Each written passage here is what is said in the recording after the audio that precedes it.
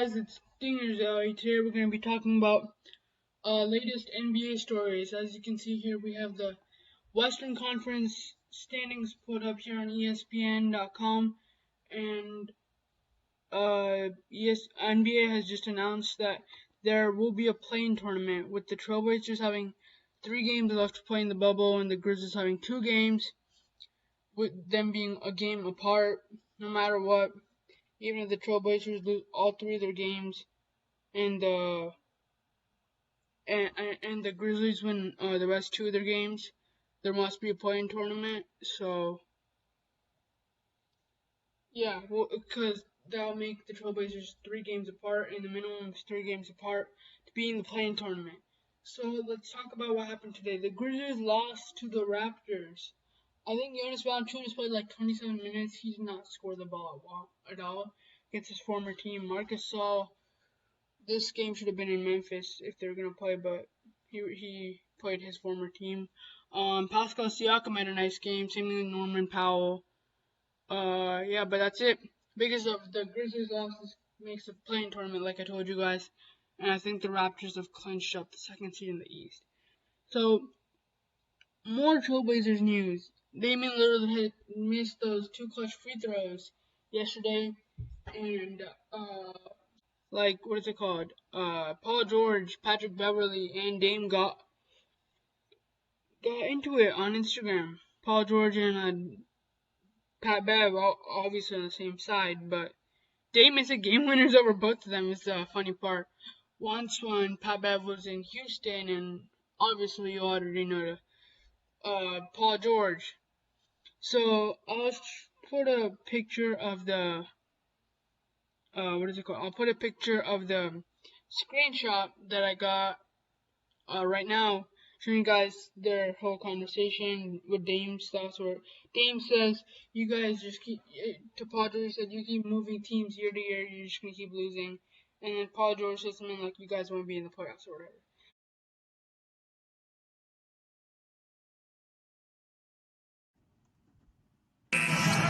And Beverly reacted.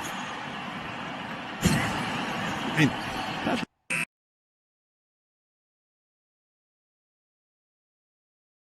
the team needed it, which was a failure for me that I can accept. But asking me about Patrick Beverly, who I sent him home before at the end of a game. Paul George just got sent home by me last year in the playoffs. So they know that the reason they reacting like that is because of what they expect from me, which is a sign of respect. And it just shows what I've done at a high clip more times than not. So I'm not offended by it. If anything, it should just tell you how much it hurt them to go through what I put them through in those situations previously.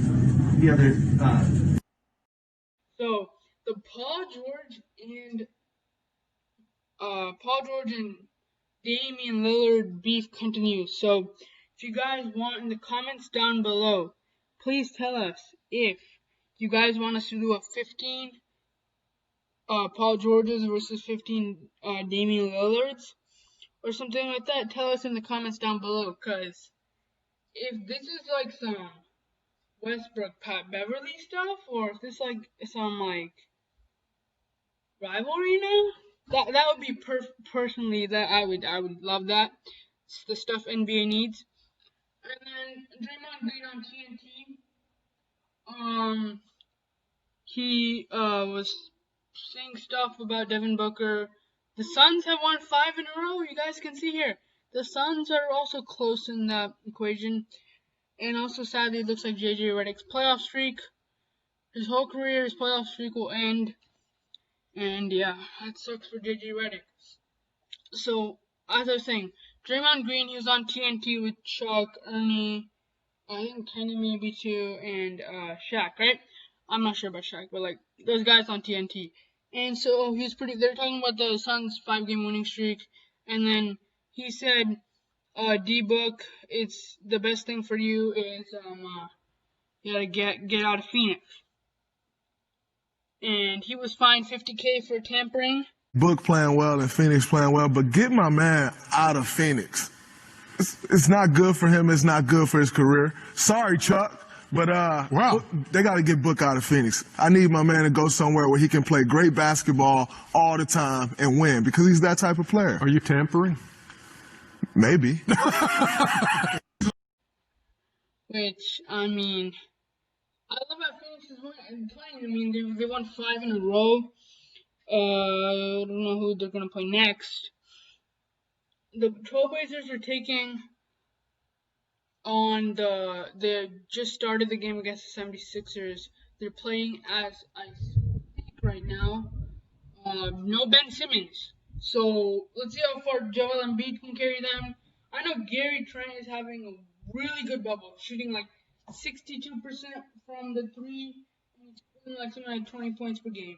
Dame is going off, is getting lots of assists, like 15 or something the other day, and he's scoring 40. Yusuf Nurkic is there, Son Whiteside, and Melo hit like a game winner 3 the other day, and Melo still has the clutch stuff. So Trailblazers were not supposed to be a team in the playoffs. I mean, I remember before the bubble, maybe sometime, they were like the 12 or 13 seed here. Like you see where the Timberwolves are, right? There was something around there where the Kings puck and something like that.